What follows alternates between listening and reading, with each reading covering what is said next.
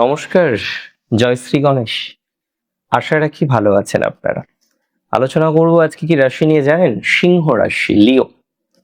সিংহ রাশির জাতক জাতিকাদের সাপেক্ষে অবস্থান, কোন গ্রহের অবস্থান? আমরা আলোচনা করব রাহুর অবস্থান।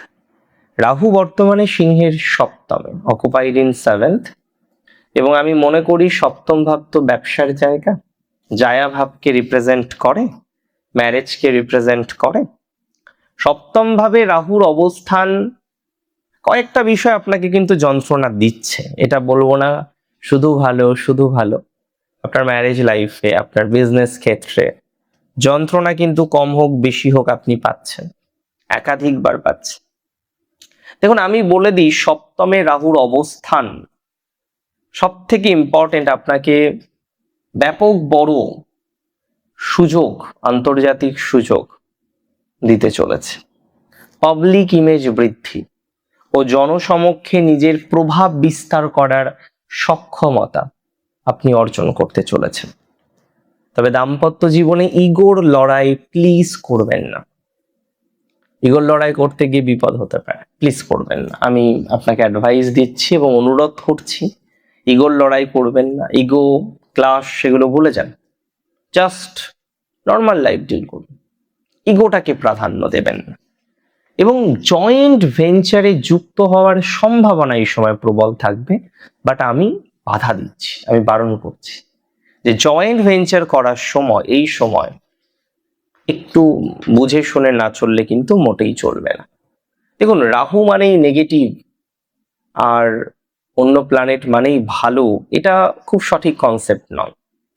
প্রত্যেক প্ল্যানেটের কিছু লিমিটেশন থাকে, প্রত্যেক প্ল্যানেটের ভালো মন্দ বিভিন্ন রকম বিষয়গুলো আমরা দেখতে পাই। এন্ড এটাই আমার মনে হয় সব থেকে ইম্পর্টেন্ট, সব থেকে গুরুত্বপূর্ণ। ধনিষ্ঠা নক্ষত্রে রাহু প্রবেশ করবে 3rd of আগস্ট।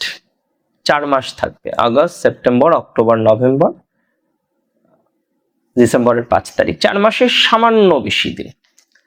আর এই সময়ে ধনিষ্ঠা নক্ষত্রের প্রতীকটা কি জানেন? ড্রাম, মানে ডমরু বা ঢাক, প্রডিউস সাউন্ড, শব্দ তৈরি করে। শব্দ ব্রহ্ম, শব্দ তো একটা জায়গায় থাকে না, দিক বিদিক ছড়িয়ে পড়ে। তাই তো সুপ্ত খ্যাতিকে প্রকাশিত করে হচ্ছে ধনিষ্ঠা। ধনিষ্ঠার দেবতা কারণ অষ্টবসু। যদিও অষ্টবসুর বিয়ে নিয়ে নানান কথা প্রচলিত, তবে অষ্টবসু আমাদের বৈভব দান করেন, তেজ দান করেন। রাহু এখানে থাকা মানে আপনার ধন উপার্জনের চরম খিদে তৈরি হবে, যে টাকা চাই, at any cost, at any how, at any process, টাকা চাই। সো উপার্জনের সক্ষমতা বাড়বে। উপার্জন করার জন্য আপনি প্রচুর প্রিপারেশন এই সময় নিয়ে থাকবেন বা নেবেন বলে মনে করছি। উপার্জন করার একটা আগ্রহ এই সময় প্রচুর বাড়বে। যে সমস্ত সিংহ রাশি জাতক জাতিকারা বেকার, খেয়াল করে দেখবেন আপনাকে কিন্তু সকার হওয়ার দিকে নিয়ে যাবে। যদিও আপনার একরোখা, লক্ষ্যমুখী এবং আগ্রাসী চিন্তা ভাবনা, কর্মক্ষেত্র রিলেটেড ম্যাটার, আই রিপিট, এই চিন্তা ভাবনা সবকিছু আপনার কর্মক্ষেত্র রিলেটেড বিষয়ে বৃদ্ধিপ্রাপ্ত হবে। তো আপনার কর্মক্ষেত্র রিলেটেড বিষয়ে এই ধরনের মেন্টালিটি গুলো অনেকটাই বাড়তে চলেছে। সিংহ রাশি বা সিংহ লগ্নের জন্য মাথায় রাখবেন, সপ্তমে রাহু, কিন্তু রাহু মঙ্গলের নক্ষত্র। আর এখান থেকে আমরা আমাদের প্রেডিকশন শুরু করব মঙ্গলকে নিয়ে। মঙ্গল, আমরা যে টোটাল টাইমিংটা দেখলাম, ধনিষ্ঠাতে রাহু 3রা আগস্ট থেকে, কুম্ভ রাশিতে ধনিষ্ঠাতে রাহু 3রা আগস্ট থেকে 5ই ডিসেম্বর। এই সময়ের মধ্যে মঙ্গল 3টি রাশিতে থাকবে। মিথুনে থাকবে 18ই সেপ্টেম্বর পর্যন্ত, 5th নভেম্বর পর্যন্ত ডেবিলেটেড হয়ে নিচভঙ্গ রাজ্য তৈরি করে কর্কটে থাকবে, অ্যান্ড 6th of নভেম্বর থেকে 5th of ডিসেম্বর পর্যন্ত অবস্থান করবে রাশি সিংহে, আপনার রাশিতে।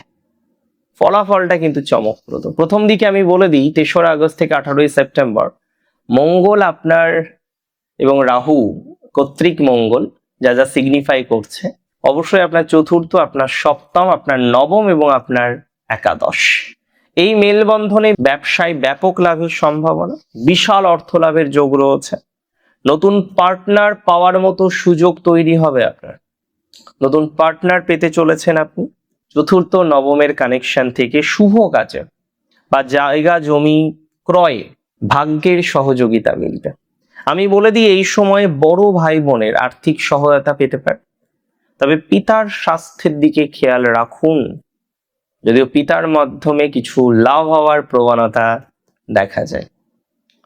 সেপ্টেম্বরের 19 থেকে নভেম্বরের 5 এই সময়টাই ডেবিলেটেড মঙ্গল, নিচস্থ মঙ্গল, দুর্বল মঙ্গল। যদিও নিজভঙ্গ রাজযোগ মানেই সবলতা বাড়বে, তবে বিদেশ থেকে ধীর গতিতে চমৎকার সুযোগ আসবে। এক্সপোর্ট ইম্পোর্ট বা ফরেন বিজনেস যারা করেন তাদের জন্য একটা এক্সট্রা অর্ডিনারি সময়। ফরেন বিজনেস যারা করেন তাদের জন্য খুব ভালো সময়। তবে কর্কটে মঙ্গল নিচস্থ থাকায় পার্টনারশিপে অনাকাঙ্ক্ষিত খরচ বা বিপদ আপনাকে এড়িয়ে চলতে হবে। মঙ্গল এই সময় কর্কটে থাকছে, ডেবিলেটেড থাকছে। পার্টনারশিপে অনাকাঙ্ক্ষিত খরচ বা বিবাদ এড়িয়ে চলতে হবে আপনাকে। আপনার মায়ের জন্য এই সময়টা একটু সেন্সিটিভ। এটা বলবো না খারাপই, বাট মায়ের হেলথে নজর দিন এই সময়। জীবন সঙ্গীর মেজাজের পরিবর্তন, খিটখিটে মেজাজ হতে পারে, তাই অযথা পারিবারিক তর্ক বা বিতর্কে প্লিজ, এটা আমার রিকোয়েস্ট থাকলো, আপনাকে জড়াবেন না।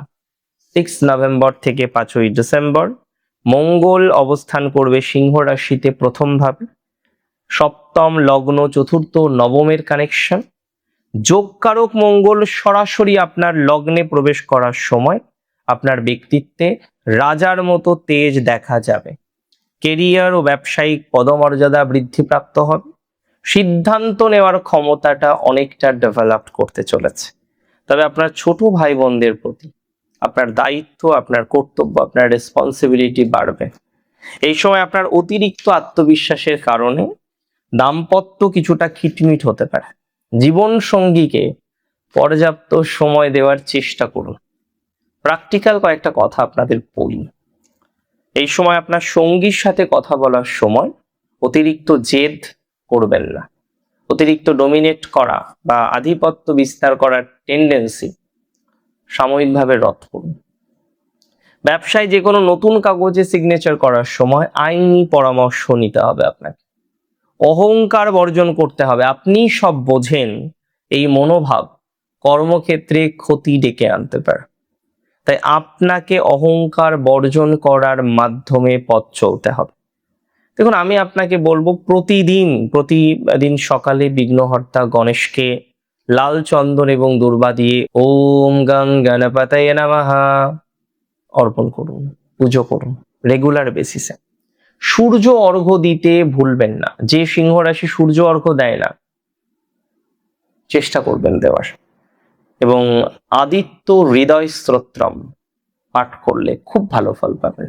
কনফিডেন্স বাড়বে, জীবনচক্রে সফলতা বাড়বে। আর একটা কথা বলবো, হনুমান চালিসা জপ করা। অনেকে সুন্দরকাণ্ড পড়েন, বাট হনুমান চালিসাটা অন্তত জপ করবেন রেগুলার বেসিসে।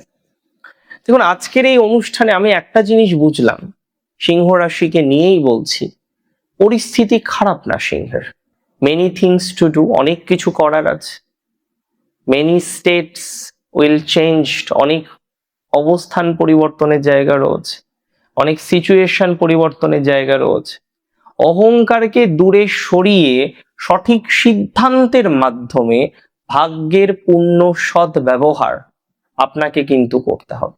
অনেকেই আছেন ভাগ্যের পূর্ণাঙ্গ সৎ ব্যবহার করতে পারছেন না, বারবার ডিস্টারবেন্স আসছে, সঠিক সিদ্ধান্ত নিতে পারছেন না, বারবার ডিস্টারবেন্স আসছে। দেখুন, আমি একটা টাইম ফ্রেম বললাম, সেখানে প্ল্যানেটের অবস্থানগুলো আমি উইথ ডিউ রেসপেক্ট আলোচনা করার চেষ্টা করলাম। এবং আমি একটা জিনিস খুব সহজে যেটা বলবো, এই টাইমটা নেগেটিভ না।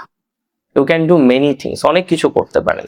আর সিংহ হচ্ছে বনের রাজা, সিংহ হারে না, সিংহ লড়ে এবং লড়াই করে যেতে। ভালো থাকুন আপনারা, সুস্থ থাকুন, স্বাভাবিক থাকুন, সুন্দর থাকুন। জয় শ্রী গণেশ।